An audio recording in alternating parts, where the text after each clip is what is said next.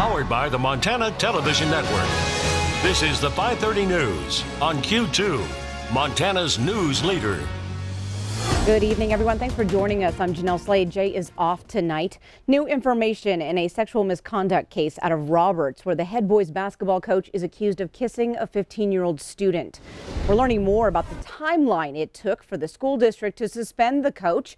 Once officials learned he was charged with endangering the welfare of a minor. That's a misdemeanor charge. Now tonight, the Roberts school superintendent admits to Q2 News he not only knew about the allegations against 35-year-old John Wayne Peyovich, he also knew when Peyovich was officially charged back in August. Superintendent Alex Ader told us yesterday he was unaware of those official charges.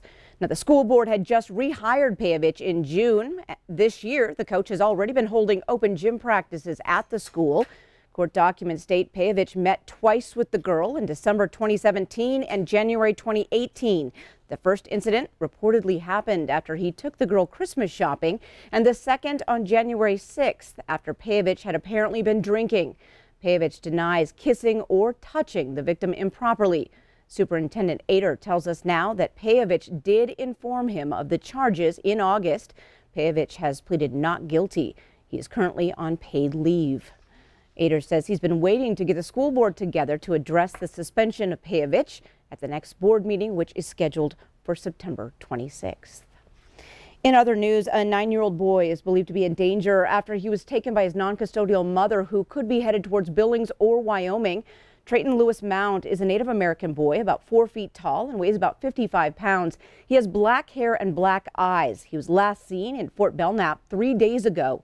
Authorities say he's with 27-year-old Colette Marie Stiffarm. She's 5'6", weighs 155 pounds with brown hair and brown eyes. Authorities say Colette has alcohol dependency and suffers from withdrawals and alcoholic seizures when not drinking. Anyone with information is asked to contact police. The man arrested for walking on the thermal features near Old Faithful over the weekend is back in jail, this time near Cheyenne, Wyoming, after leading police on a chase through the city. It started after multiple people reported a car driving recklessly around town. Police were able to stop 27-year-old Gabriel Villalba's vehicle with spike strips after about 15 minutes. Villalba then sat in the car, revving the engine, which, as you can see, sparked the vehicle on fire. Officers were able to get him out of the car, and Cheyenne firefighters quickly put out the blaze.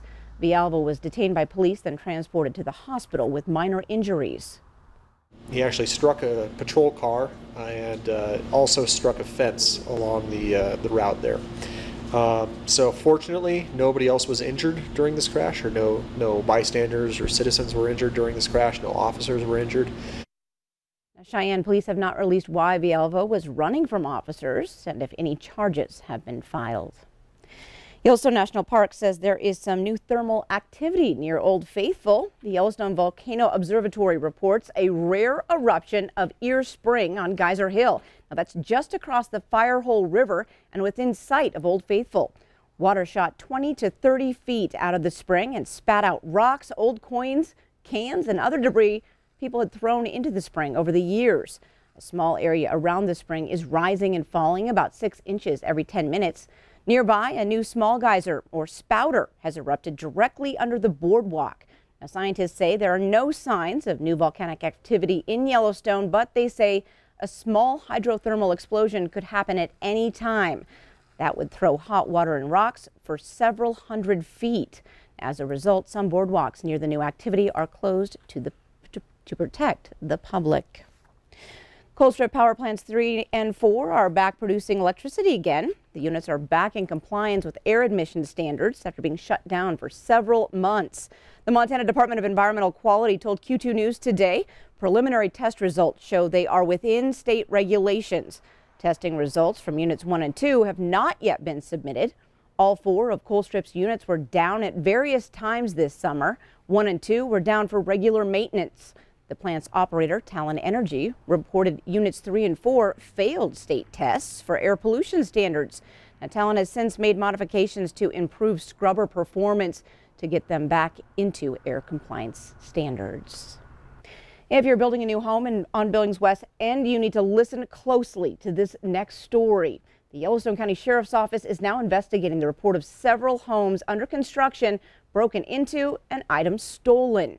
Most recently, brand new appliances. In this home, thieves removed all new appliances, the refrigerator, dishwasher, oven, and microwave, along with tools and generators. The owner says burglars also struck 3 other nearby homes now under construction. Meanwhile, Yellowstone County investigators say they're seeing an uptick in new construction-related theft. Items taken from unoccupied homes in the middle of the night. So this homeowner has a message for other builders.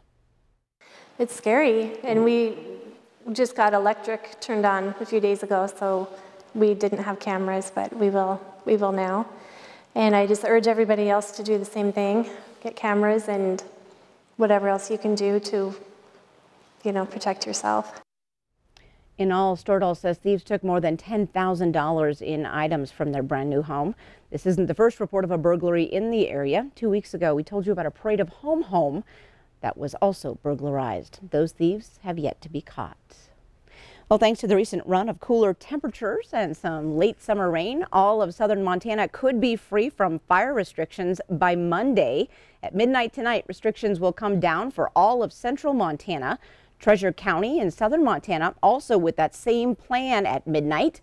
This leaves only Stillwater County under any type of fire restriction across this region. According to fire mitigation and education specialist from southern Montana, Larry Elder, the restrictions for Stillwater County will likely come down sometime on Monday. Now, a conference call is scheduled for Monday. It will review Stillwater County fire restrictions, and if those restrictions are eliminated, he says it will hopefully signal the end of fire season for southern Montana. Coming up on tonight's 5:30 News, how important are the great outdoors to voters? We take you to an event this afternoon that's geared to find out. And in sports, Scott shows us who survives this state championship soccer rematch, Laurel or Central. And coming up in weather, all we have is a trailing edge of today's storms across Montana. We'll talk about how that's going to affect us. Plus, we're also going to give you some before and after pictures of flooding from Hurricane Florence. You got to see these photos. They're impressive. We'll tell you more about it in a few more minutes. You're watching MTN News with Jay Cohn and Janelle Slade. Storm Tracker weather with Bob McGuire. And sports with Scott Green.